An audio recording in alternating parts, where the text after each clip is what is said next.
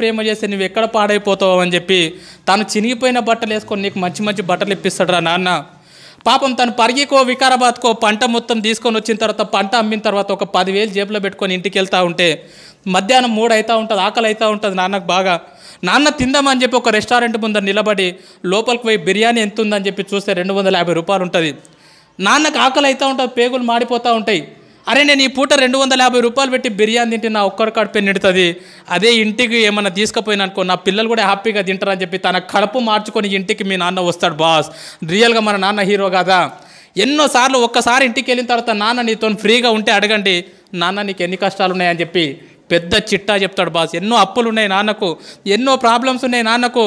అమ్మ మీరు ఆడపిల్లలాగా పుట్టినరు, రియల్గా మీ అమ్మ నాన్నకు సెల్యూట్, మిమ్మల్ని చదివిపిస్తున్నారు. రియల్గా సెల్యూట్ వాళ్ళకి. ఎందుకంటే ఆడపిల్ల పుట్టిందని చెప్పి చాలామంది బాధపడుతూ ఉన్నారు. ఆడపిల్ల పుట్టినా సరే చదివిస్తున్నారు, రేపు పొద్దున నీ పెళ్ళి ఎట్లా చేయాలని చెప్పి ఇప్పటి నుంచి ఆలోచిస్తారమ్మ. పాపము నా కూతురికి ఎలాంటి భర్తను తీసుకురావాలి, ఎంత కట్నం ఇవ్వాలి, ఎంత బంగారం పోగు చేయాలని చెప్పి పాపం నాన్న పిచ్చోన్లాగా బయట నీ కోసం కష్టపడుతున్నాడు రా. ఈరోజు హ్యాపీగా ఇక్కడ నవ్వుకుంటా కూర్చున్నావు కదా, ఇంటికి వెళ్తే నాన్నని ముఖం మీద తిడుతున్నావు కదా, పెద్దగా అయిపోయినావు అని చెప్పి 10th క్లాస్కి వచ్చినావు అని చెప్పి. కానీ ఈ టైం మీ నాన్న గురించి ఆలోచన చేయి. ఎక్కడనో చేన్లో పని చేస్తున్నాడు పాపం, కూలి పని చేస్తున్నాడు పాపం, ఆటో నడిపిస్తున్నాడు పాపం. 365 రోజులు నీ కోసం పని చేసేటటువంటి కష్టపడేటటువంటి పిచ్చోడురా మీ నాన్న. మరి ఇంకో దేవత గురించి చెప్పున్నా, నిజంగా భగవంతుడు అనేవాడు ఉన్నాడో లేడో నాకైతే తెలియదు, కానీ 9 నెలలు మోసిన బాస్ అమ్మ మనని. కానీ ఇంటికి పోతే అమ్మకు మనం ఏమి ఇస్తున్నాం తెలుసా? నీకేం తెలియదు ఊకో, మాట్లాడక ఎక్కువ మాట్లాడకు, నీకేం తెలుసు స్కూల్ గురించి, నీకేం తెలియదు ఊకో అని చెప్పి అమ్మని చీటికి మాటికి తిడుతున్నాం. రియల్గా గుండె మీద చేసుకొని చెప్పండి, అమ్మతో ప్రేమగా మాట్లాడి ఎన్ని రోజులు అయింది. చాలామంది పిల్లల్ని చూస్తూ ఉంటా నేను, వాళ్ళ అమ్మ నాన్న చనిపోయినప్పుడు ఎవరి జీవితం ఇది జరగొద్దా నేను అనుకుంటున్నా, కానీ ఖచ్చితంగా ఏదో ఒక రోజు మన అమ్మ మన నాన్న మనల్ని వదిలేసి వెళ్ళిపోతారా. ఎందుకంటే పెద్దగా అవుతూ ఉంటారు, వయసు ఎక్కువ అవుతూ ఉంటుంది కాబట్టి ఏదో ఒక రోజు మన అమ్మ మన నాన్న మనల్ని వదిలేసి వెళ్ళిపోతారు. అమ్మ నాన్న లేని వాళ్ళని అడగండి, వాళ్ళ విలువ ఏందో చెప్తారు. నాన్న లేని వాళ్ళు ఎవరున్నారా ఇక్కడ? వాళ్ళని అడగండి, నాన్న లేని జీవితం ఎంత ఘోరంగా ఉంటుందో. నాన్న లేని వాళ్ళని అడగండి, ఎవరైనా పిల్లల్ని వాళ్ళ నాన్న దొరకపోతే వాళ్ళకి అనిపిస్తుంది, అరే మా నాన్న ఉంటే ఇట్లా తీసుకుపోతుండేనేమో, మా నాన్న ఉంటే స్కూల్కి వస్తుండేనేమో నా గురించి అని చెప్పి చాలా బాధ అనిపిస్తుంది.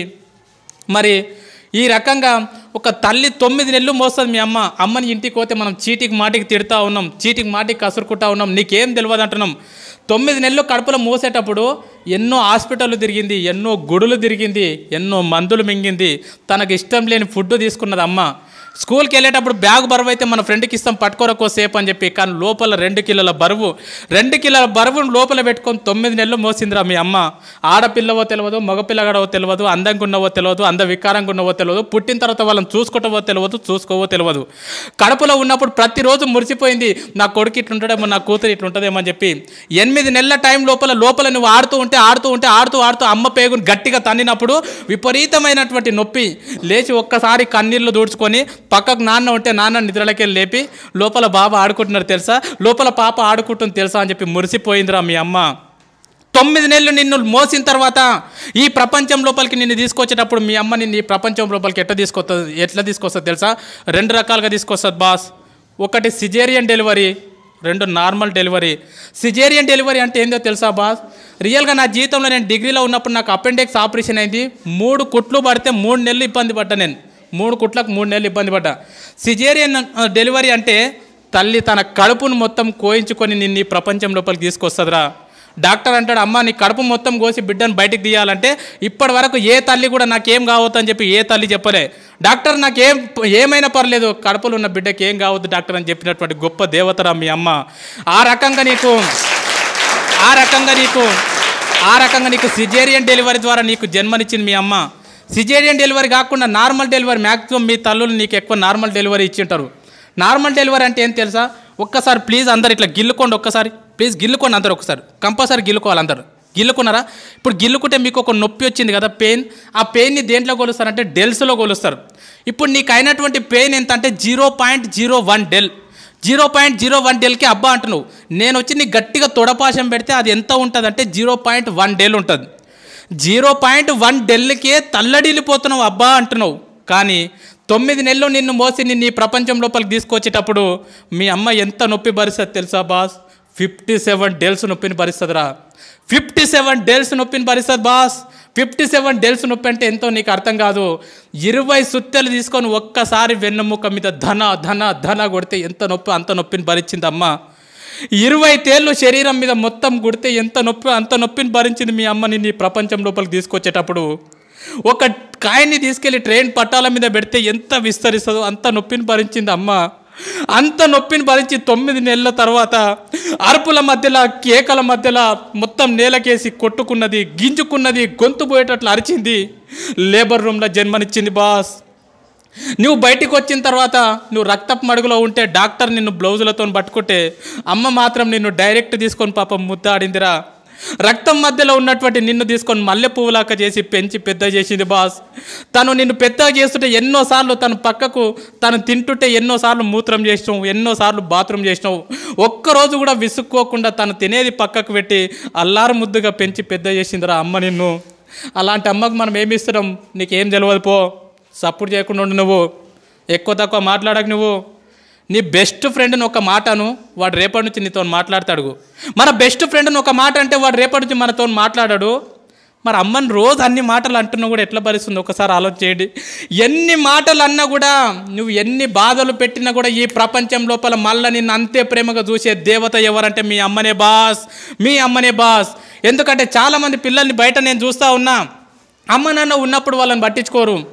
వాళ్ళు చచ్చిపోయిన తర్వాత ఇక తీసుకుపోయేటప్పుడు అక్కడ పాతి పెట్టేటప్పుడు వాళ్ళ కాళ్ళని పాలతో కడుక్కుంటా, నెయ్యితో కడుక్కుంటా, నీళ్ళతో కడుక్కుంటా, అమ్మ నువ్వు అంటే నాకు ఇష్టం అమ్మ, ఐ లవ్ యూ అమ్మ, ఐ లవ్ యూ నాన్న అని చెప్పి వాళ్ళు చచ్చిపోయిన తర్వాత గొంతు చించుకొని అరుస్తూ ఉంటారు, నువ్వు అంటే నాకు ఇష్టం అమ్మ అని చెప్పి.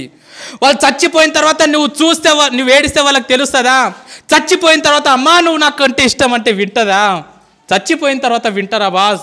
చచ్చిపోలేదు కదా, బతికే ఉన్నారు కదా, మీకోసం 365 రోజులు కష్టపడుతున్నారు కదా. ఈరోజు ఇంటికి వెళ్ళిన తర్వాత చెప్పండి, అమ్మ నువ్వు అంటే నాకు చాలా ఇష్టం అమ్మా, నన్ను ఎట్లా కన్నావమ్మా, అసలు నేను ఎంత లక్కీ అమ్మా, నా కోసం ఎంత కష్టపడుతున్నావు అమ్మా అని చెప్పి. అమ్మకి ఎన్నిసార్లు థ్యాంక్స్ చెప్తున్నారు, ఎవరు చెప్పట్లే అమ్మకి థ్యాంక్స్. అమ్మకు నువ్వు థ్యాంక్స్ అని చెప్తే కూడా అర్థం కాదు. మరి మన కోసం ఇంత కష్టపడి మనని ఈ ప్రపంచం లోపలికి తీసుకొచ్చినటువంటి మన అమ్మ నాన్నని మనం సంతోషపెట్టాలంటే మనం చేయాల్సినటువంటి చిన్న పని మంచిగా చదువుకోవడమే. నువ్వు ఈరోజు మంచిగా చదువుకొని అన్ని పాస్గా ఇదే టీచర్లు మీ ఊరికి వచ్చినప్పుడు అబ్బా నీ కొడుకు బాగా పాస్ అయింది అమ్మ, నీ కూతురు బాగా పాస్ అయిందంటే ఆ నొప్పిని మొత్తం మర్చిపోతుందిరా అమ్మ. అరే నా కొడుక నా కూతురు అరే సారులు గొప్ప చెప్పిరా అని చెప్పి. ఆల్రెడీ అమ్మ కడుపు కోతబెట్టి ఈ ప్రపంచం లోపలికి వచ్చినాం. రేపు పొద్దున కాలేజ్ చేస్తుంటేనో ఇంకేదో చేస్తున్నావు, ఎవరో పరిచయం అయ్యారని చెప్పి ముఖం తెలియని వాళ్ళతో ఇంట్లోకి వెళ్ళిపోయి అమ్మ నాన్న గుండెల మీద దాన్ని వెళ్ళిపోవద్దురా. ఎంతమందిని చూస్తున్నాం బయట, యూట్యూబ్లో చూస్తున్నాం, దాంట్లో దీంట్లో చూస్తున్నాం. ఎవరో ముఖం తెలియనోడు పరిచయం అయితే 2 సంవత్సరాల పరిచయానికి అమ్మ నాన్నని కాదంటున్నారు. వద్దుపో మీరు వద్దు నాకు వీడే కావాలి. ఎంత బాధ ఉంటుంది పాపం. 9 నెలలు మోసి అంత నొప్పి భరించి ఈ ప్రపంచంలోకి తీసుకొచ్చినటువంటి ఒక కూతురు నువ్వు వద్దుపో నాకు వీడు కావాలని చెప్పి గుండెల మీద తన్ని వెళ్ళిపోతుందంటే ఆ తల్లిదండ్రులకు ఎంత బాధ ఉంటుందో ఆలోచన చేయండి. నా నంబర్ 1 స్కూల్లో చదువుతున్నటువంటి ప్రతి అమ్మాయికి ప్రతి అబ్బాయికి చేతులు ఎత్తి నమస్కరించి చెప్తున్నా, జీవితంలో మీ పెళ్లి చేసే అదృష్టం మీ అమ్మ నాన్నకి ఇవ్వండిరా. మీ పెళ్లి చేసే అదృష్టం మీ అమ్మ నాన్నకి ఇవ్వండి. రేపు పొద్దున మీ పెళ్లి చేసే టైంకి ఊరు తిరగాలి నీకోసం, నా కూతురుకు అబ్బాయి కావాలని చెప్పి, నా కొడుకుకు అమ్మాయి కావాలని చెప్పి ఊరు తిరగాలి. అంతేగాని ముఖం తెలియనుతో నువ్వు వద్దు అని చెప్పి అమ్మ నాన్నను వదిలేసి మాత్రం వెళ్ళిపోకండి. అమ్మ నన్ను వదిలేసి వెళ్ళిపోయినాం అనుకో బాస్, వేస్ట్. నన్ను అడిగితే చాలా వేస్ట్. ఎంతోమంది చేస్తూ ఉన్నారు బయట, వాళ్ళకి తెలియదు ఇంపార్టెన్స్. సరే ఈ ఎగ్జామ్లో బాగా కష్టపడతాం, చదువుకుంటాం, ఇంట్రెస్ట్ పెట్టి ఈ ఫైర్ నీకు అర్థమైంది. ఇన్ కేస్ నువ్వు ఎంత కష్టపడి చదువుకున్నా రేపు పొద్దున యాన్యువల్ ఎగ్జామ్ అప్పుడు నీ హెల్త్ బాగాలేకనో సంథింగ్ ఏదో ఫెయిల్ అవుతావు. ఒక్కొక్కసారి ఫెయిల్ అవుతాం. ఫెయిల్ అయితే వేస్టా కాదు. మరి మా 10 పాయింట్స్ తెచ్చుకోమన్నాక తెచ్చుకోండి, మ్యాక్సిమం ప్రయత్నం చేయండి. అనుకోకుండా కనుక ఫెయిల్ అయినారనుకో దయచేసి చెప్తున్నా, మన లైఫ్లో సూసైడ్ అనే మాట ఉండొద్దు. సూసైడ్ చేసుకోవద్దు. ఎందుకంటే మనం చచ్చిపోయినామనుకో బాస్, నువ్వు ఫెయిల్ అయినావని చెప్పి సూసైడ్ చేసుకుంటే ఈ స్కూల్కి నీకంటే మంచి స్టూడెంట్ వస్తాడు, నీ ఫ్రెండ్కి మంచి ఫ్రెండ్ దొరుకుతాడు. కానీ మీ అమ్మ నాన్నకు మళ్ళీ ఇలాంటి కూతురు ఇలాంటి కొడుకు దొరకడరా. అందుకే ఒక్క విషయం బాగా గుర్తుపెట్టుకోండి, లైఫ్లో ఎన్ని కష్టాలు వస్తే ఫ్యూచర్ అంత బాగుంటుంది.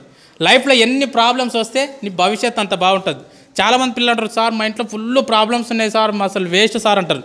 మనము హాస్పిటల్కి వెళ్ళినప్పుడు, హార్ట్ హాస్పిటల్కి వెళ్ళినప్పుడు ఈసీజీ తీస్తారు కదా, ఈసీజీ తీసినప్పుడు ఇట్లా వస్తుంది, అది లైన్ చూసిరా సినిమాలో చూపిస్తారు, టొయ్ టొయ్ టొయ్ టొయ్ అని వస్తుంది. అట్లా రాకుండా టొయ్ అని వచ్చిందంటే దాని అర్థం ఏంది? చచ్చిపోయిండని అర్థం.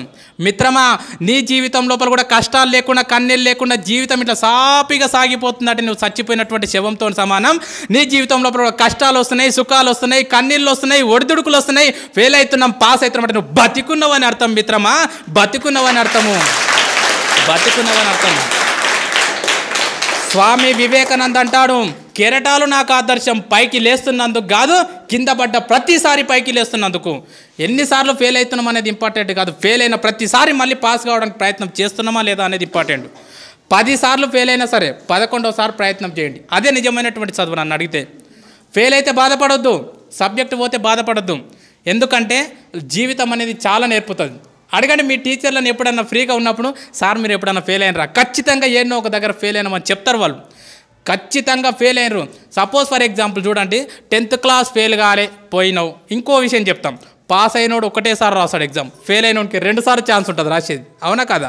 సో 10th క్లాస్ ఫెయిల్ అయినావు, హ్యాపీగా వెళ్ళిపోయినావు, ఇంటర్మీడియట్ మంచిగా నడిచిపోయింది, డిగ్రీ మంచిగా నడిచిపోయింది, ఇంకేదో నడిచిపోయింది, నీ జీవితంలో ఎక్కడ ఫెయిల్యూర్ లేకుండా ఇట్లా జీవితం సాఫీగా సాగిపోతుంది. రేపు పొద్దున జాబ్ చేసేటప్పుడు నీకు ఫెయిల్యూర్ వచ్చింది అనుకో, ఖచ్చితంగా హార్ట్ అటాక్ వచ్చి స్పాట్లో చచ్చిపోతావు నువ్వు. ఎందుకంటే నీకు ఫెయిల్యూర్ అంటే తెలియదు, ఓటం అంటే తెలియదు. అందుకే నేనేం చెప్తానంటే చాలామంది పిల్లలకు ఆటలు ఆడమని చెప్తాం. ఆటలు ఆడడం అనేది ప్రైవేట్ స్కూల్లో ఏడుంటుంది మిత్రమా, ఇలాంటి గవర్నమెంట్ స్కూళ్ళలో మాత్రం ఉంటుంది. ఏ స్కూల్కు గ్రౌండ్ ఉన్నా చూడండి, ఏ స్కూల్కు గ్రౌండ్ లేకుంటుంది. ఆటలు ఆడితే ఏమవుతుందంటే, మనం కబడ్డీ ఆడినాం అనుకో, ఓడిపోతే ఏమంటాం, అరే మళ్ళీ ఆడదాంరా, మళ్ళీ ఆడదామారా, ఓయ్ మళ్ళీ ఆడదామా, ఎంత స్పిరిట్ ఉంటుంది తెలుసా. క్రికెట్ ఓడిపోయినాం అనుకో, అరే రేపు మళ్ళీ బెట్టు కట్టుకుందాంరా. ఎన్నిసార్లు ఓడిపోయినా మళ్ళీ ఏమంటున్నావు, అరే ఇంకోసారి ఆడదాంరా అంటున్నావు. ఆటలు నీ జీవితానికి అవి నేర్పుతాయి. ఎన్నిసార్లు ఫెయిల్ అయినా సరే మిత్రమా, బాధపడకు, కన్నీళ్లు పెట్టుకోకు, మళ్ళీ లేచి ప్రయత్నం కొనసాగించు. నా దృష్టిలో ఫెయిల్ అయితే ఫెయిల్ అయినట్లు కాదు, ఫెయిల్ అయిన తర్వాత పాస్ కావడానికి ప్రయత్నం చేయకపోతే నువ్వు ఫెయిల్ అయినట్లు.